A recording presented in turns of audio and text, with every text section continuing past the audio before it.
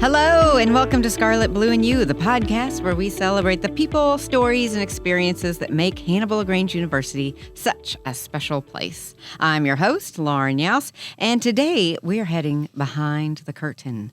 HLGU Theatre is preparing for its spring production of Rumors, the classic comedy by Neil Simon, coming to the stage April 16th through 18th. And I'm joined today by HLGU Theatre faculty member Sabrina Brookshire, who is directing Rumors this spring and who also directed the show in 2008. So cool. So thank you for being here. Thank you for having me, Lauren. Glad to have you back. Yeah. All right. So to get us started, can you share a bit about your role at HLG and your involvement with the theater program? Yes. So I am assistant theater professor of theater, dun, dun, dun. And I'm also our campus technical director. So what those two roles mean is I get to teach theater classes, and that means I direct our productions as well. And then the technical director stuff, I get to do all of our creative technology on campus. So sound, lights, scenery, It's things a big like job. that. It is. It's super fun. It gets me across campus too, because that's not just confined to the theater. So I get to work other events across campus and get to be involved in other areas, which I absolutely love. It gets us beyond our department walls. So, And I think I first saw you on stage as Fagin in Oliver Twist back in the day. so Artful Dodger.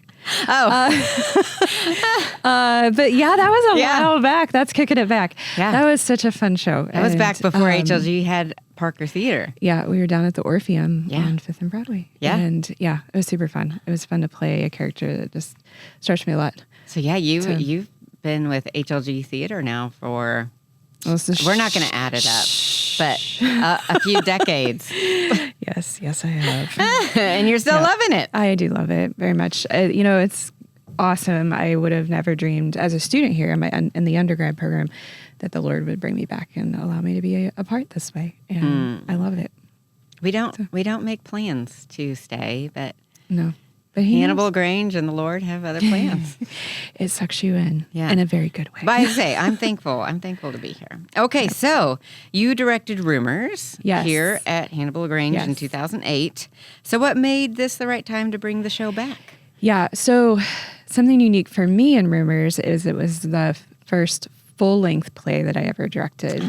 I had directed a children's show, which are always a little smaller, shorter, smaller scale. And so it has a special place in my heart for that. And originally I grabbed hold of it because as I was reading it, so when I read, and I don't know what you're like when you're reading, but I don't always show like a lot of outward emotion. So like if I'm reading, unlike watching a TV show or something, I might laugh internally, but I don't necessarily like laugh outwardly or cry outwardly or something. And as I was reading it for the first time, I'm like cracking up by myself in, the living room out loud. Like it's pretty great.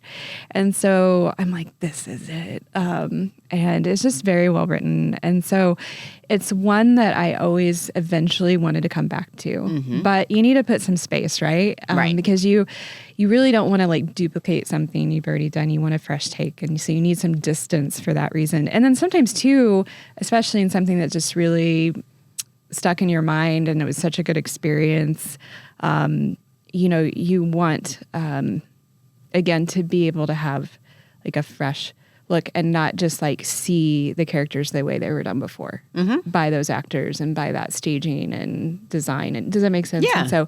And so again, I think it's just about putting space so you don't create something you've already done. So all that said, to answer your question, we pivoted this semester and we bumped our musical to next year, and for multiple reasons. And we really felt like something light-hearted would be good.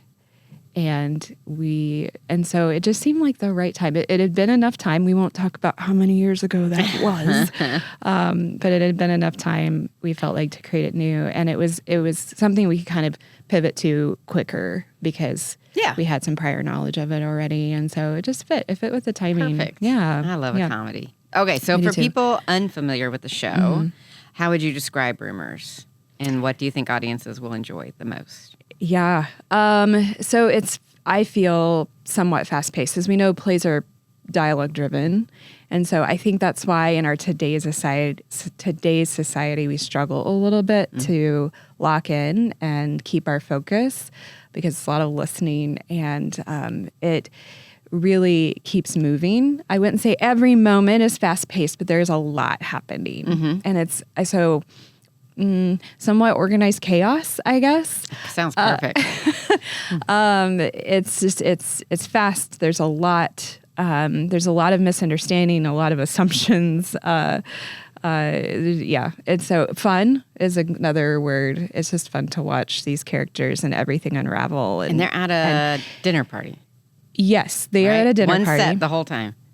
One set the whole time. Yep. So they're at a really fancy house. It takes place in the living room, and when the play picks up, one couple. So there's 4 couples that arrive throughout, and when the lights go up, one couple is already there, and then as couples arrive, the Myra and Charlie Brock, who own the home and are having this dinner party gone awry, you actually never see them. Spoiler. Sorry. You don't see them through the whole play that own the house. Do you hear them?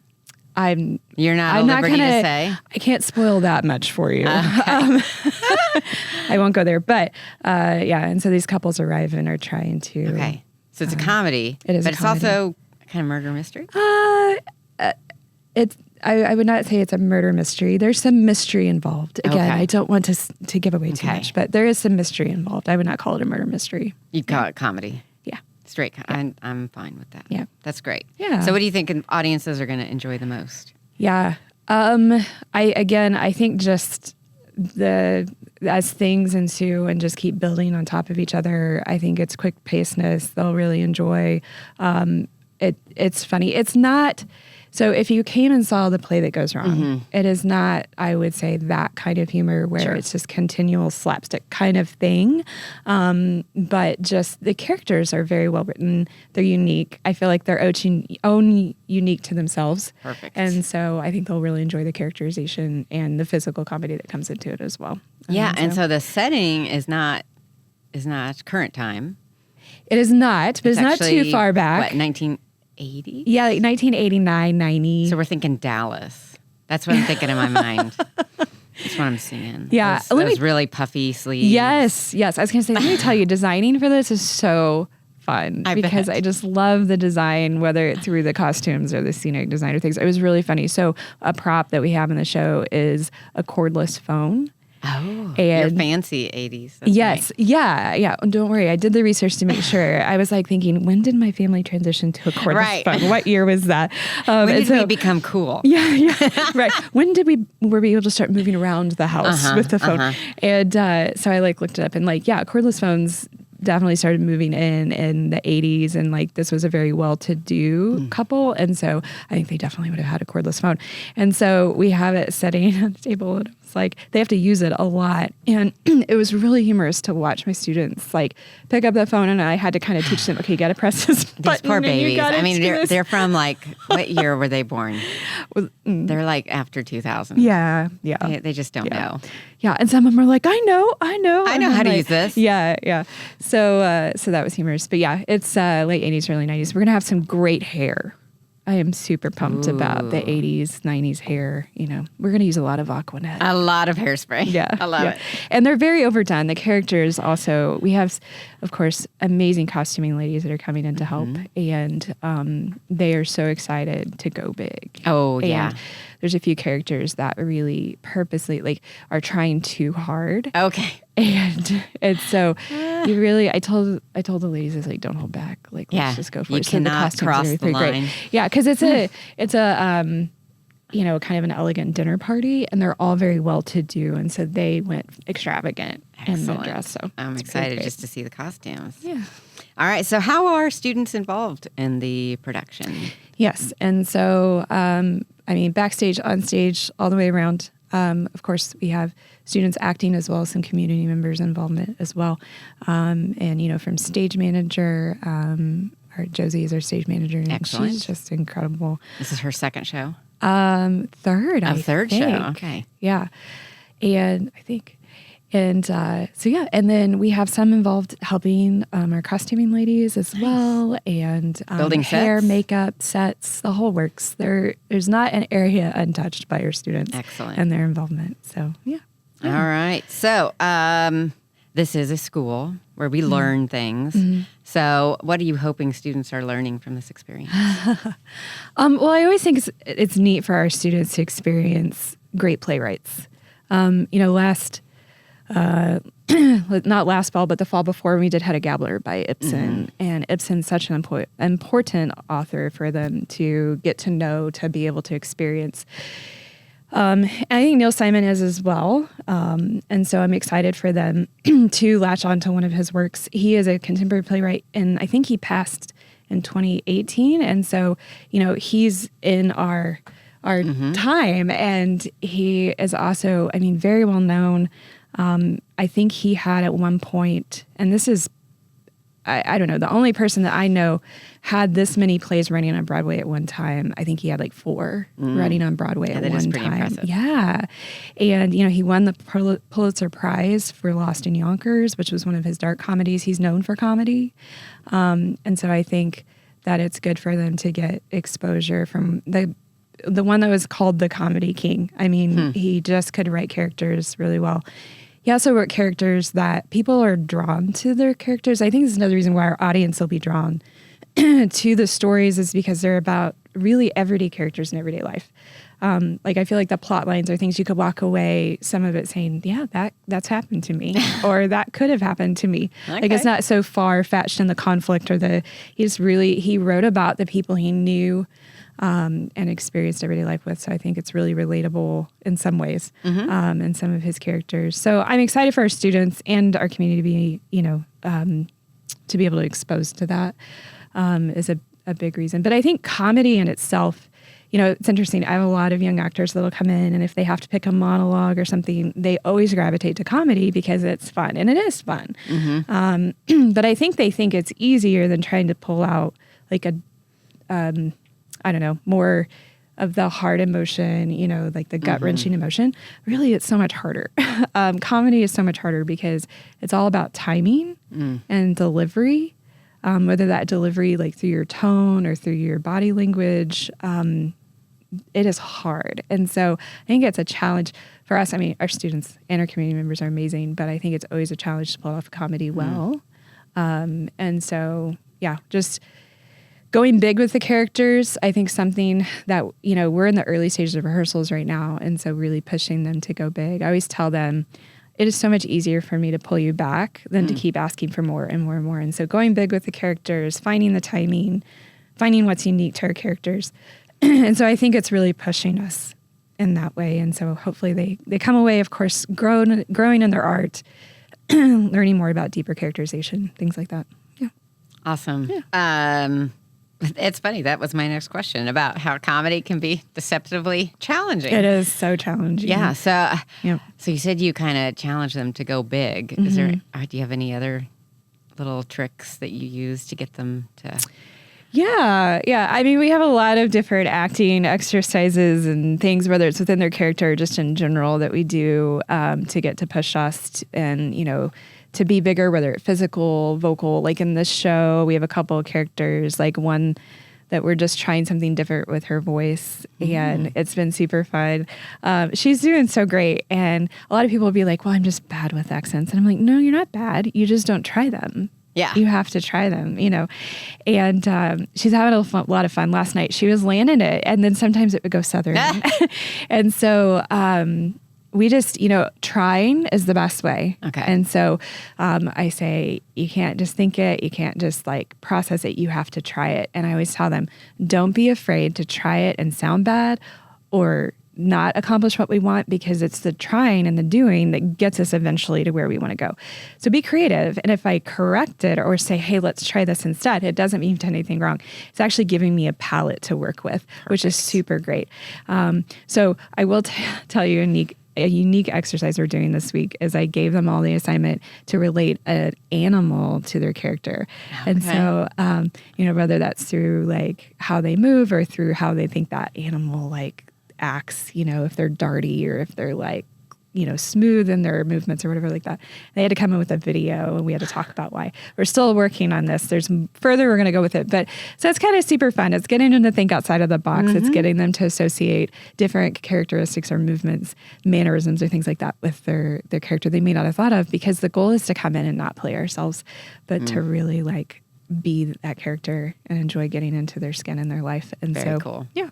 Well, I know last year when I was the turkey farmer in Chitty You Chitty were Bang Bang, amazing I worked up by an the way. entire backstory for those 9 lines. And As you should, as you should.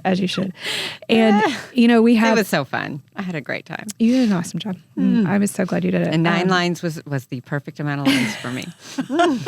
Plus, you were in a lot of other scenes. That's true, but I didn't have to talk. Yeah. Singing is fine, but Yes. the talking makes me a little nervous.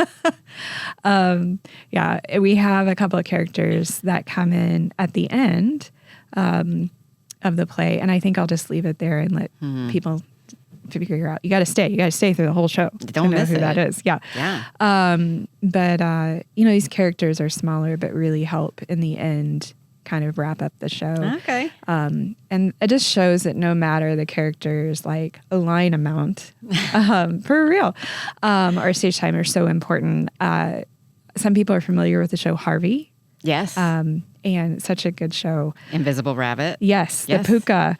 And, it's interesting because through the whole show, Veda wants him to change, her brother to change. And to the point of trying to get him into this mental institution. And the cabbie in the very end in Act 3 comes in for I'd have to go back and look, probably 2.5 pages, if that, and helps Veda realize that Elwood is the way he needs to be. And so it's the cabbie that comes in at the end and kind of ties the play up and and so such an important role. I had a professor in my grad work that said he'd been in Harvey 3 times, and he said, but I've never played the role that I really wanted. And Which that is was a cabbie? Yeah. And so, man, it's some of those smaller roles that aren't as static and allow you to be dynamic and really go for it and can, so a lot of main characters have to be kind of even. Right. But Right. It's fun to be like the lead, but it's really fun to be like the bad guy or this one cameo that is outrageous. Right. Absolutely. For sure. Absolutely. Yeah. Yeah. Yeah. Yeah. So, Okay. So Rumors. Yes. Running nightly at 7:00 yes. at the Parker Theatre in the Roland Fine Arts Center. Thursday, April 16th through Saturday, April 18th. 7 p.m. Tickets are on sale. Tickets are on sale. Okay. Easiest way to get them is online. Online is the easiest way. Yeah, Okay. you can call our box office, of course, 573-629-3182. And it's more of a message service. It is. Leave a message. We'll get back with you within 24 to 48 hours just because we don't have full-time box office staff. But the fastest way is just to go online. And you can go to HLG.edu. The easiest way for me to find you, this is not going to sound easy, is to click on academics and scroll down to theater. Click on that, and then there's a little tab that says current productions. Yeah. And then that goes to the Tix link. But you know what? We're going to make this easy. We're going to put the link in the bottom of the podcast. Perfect. So you can link right to the ticket information. Yeah, that's good. And less clicks. And you have some group rates again this year? We do. So, and just so you know, it is assigned seating. However, all the seats are the same price. Oh, nice. And so $14 for general admission. Such a deal. And then Good date night. And I say general admission, assigned seating, but everyone is $14. It is a good date night. It is a great date night. Yeah. And then if it's groups of 10 or more or 60 or over, then it is $12. So you get $2. I'm gonna bring my mom. It's just got a better date night. Not that she's over 60. Yeah. So yeah, come date night, or get a group from your life group, your church group together. Come with those 10 or more people and come. I join say, us. what would you say the ages would be that would enjoy the show? Like kids? Yeah, I mean, it is appropriate, I feel like, for all ages. Okay. But it is longer. I mean, it's full-length play, so it's kind of run. We start at 7, we'll probably be done by 9:30, so 2.5 hours with an intermission in there. So it is longer. It is fast-moving, but I would say probably for attention, 12 or over. Yeah. And, they still might miss some of the jokes or some things happening. But, yeah, I would say about 12 or over. Okay. But, all right. Well, thank you so much for joining us. This has been great. We're excited about Rumors. We are super next excited. month. Yeah. That'll be really good. Yeah. And I always say, stay tuned to, if you're on Facebook or Instagram, connect with our theater arts page because we love putting behind the scenes stuff. You guys do a good job with that. Well, thank you. We have fun making them. They're quirky and fun. Yeah, you can meet some of our actors, all the antics that go backstage.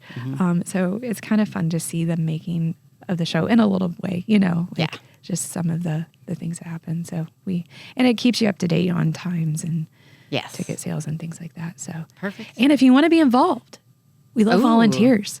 Yeah. And so come out and help. You can be like, I painted that staircase. Yeah. Yes. Oh, on that note, we're having a build day on this Saturday. Okay. From 9 to noon. And if you come, you can come to the lower parking lot of the Fine Arts Building, and the door that goes by the loading dock will be unlocked. And you can come on in, and no experience required. Okay. And if you want to come help paint. All right. So today is St. Patrick's Day. Yes. I'm trying to think I'm making our people be really good about doing stuff. So it's the 17th, 18th, 19th, 20th, 21st? Is that Saturday? I'm going to look. That sounds about right. I think so. Yeah. 21st. So Saturday 21st. You feel like helping out with the set? Yes. And seriously, it's okay if you don't have prior you've had kids on set before. Yeah. Helping paint and move stuff. So we're going to be trying to really make it progress on this set. So come get a sneak peek that way. So, yeah. All right. So just to recap, join us for Rumors, Neil Simon's funny play, April 16th through 18th, 7 o'clock each night. You'll support students, enjoy an evening of laughter, and experience live theater at HLG in Hannibal, Missouri, which doesn't get to happen very often. So it's a good opportunity. Thank you for listening to The Scarlet, Blue, and You. Be sure to subscribe so you don't miss an episode. And we'll see you next time.